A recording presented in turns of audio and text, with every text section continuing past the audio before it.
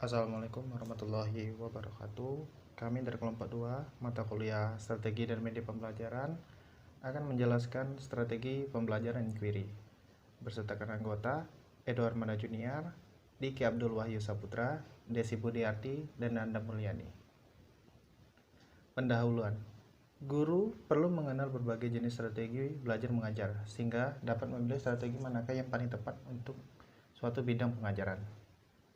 Secara bahasa, inquiry artinya penyelidikan. Secara istilah, inquiry merupakan proses yang terus-menerus atau berputar berkesinambungan mulai dari menanyakan pertanyaan, meneliti jawaban, menerjemahkan informasi, dan mempresentasikan temuan dan melakukan refleksi. Inquiry menurut para ahli, Bell, menyatakan bahwa pembelajaran inquiry merupakan pembelajaran yang terjadi sebagai hasil kegiatan peserta didik dalam memanipulasi, membuat struktur, dan mentransformasikan informasi sedemikian rupa sehingga ia menemukan informasi baru.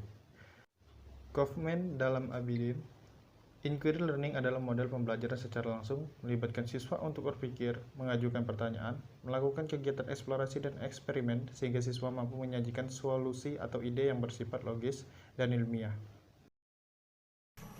Karakteristik inquiry. 1. Strategi inquiry menekankan kepada aktivitas siswa secara maksimal untuk menemukan dan mencari.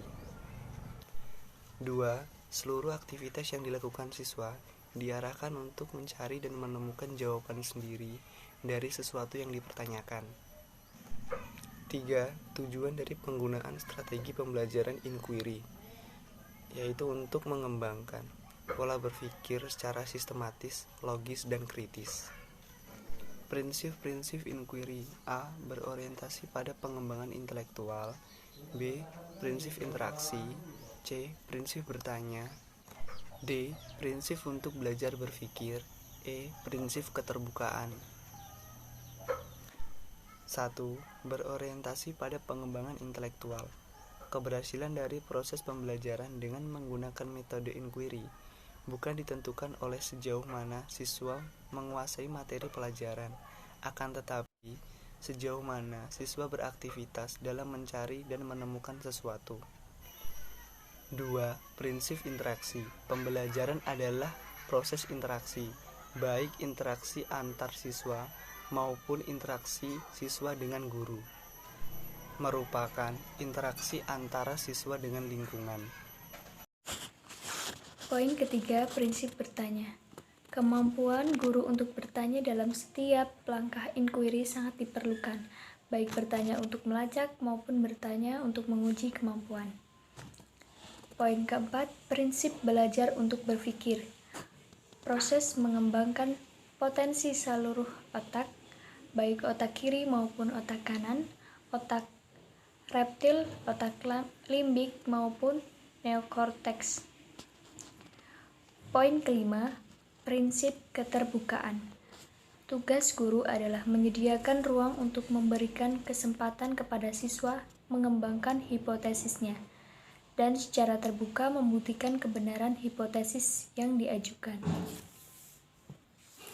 Slide ke-13, komponen-komponen metode inquiry. Yang pertama, question. Yang kedua, student engagement. Yang ketiga, comparative interaction. Yang keempat, performance evaluation. Pada slide berikutnya, yaitu langkah-langkah metode inquiry. Yang pertama, orientasi. 2. Merumuskan masalah. Di antaranya A. Masalah hendaknya dirumuskan sendiri oleh siswa. B. Masalah yang dikaji adalah masalah yang mengandung jawaban yang pasti. C. Konsep-konsep dalam masalah adalah konsep-konsep yang sudah diketahui terlebih dahulu oleh siswa. 3. Mengajukan hipotesis. 4. Mengumpulkan data. 5. Merumuskan kesimpulan. Kemudian, kelebihan dan kekurangan metode inquiry. Kelebihan diantaranya, siswa dapat berpartisipasi aktif dalam pembelajaran yang disajikan, menumbuhkan sekaligus menanamkan sikap inquiry, mencari atau menemukan. 3. Mendukung kemampuan problem solving siswa. 4. Memberikan wahana interaksi antar siswa maupun siswa dengan guru Dengan demikian, siswa juga terlatih untuk menggunakan bahasa Indonesia yang baik dan benar. Kekurangan metode inquiry yaitu yang pertama, untuk materi tertentu, waktu yang tersita lebih lama. 2. Tidak semua siswa dapat mengikuti pelajaran dengan cara ini. 3.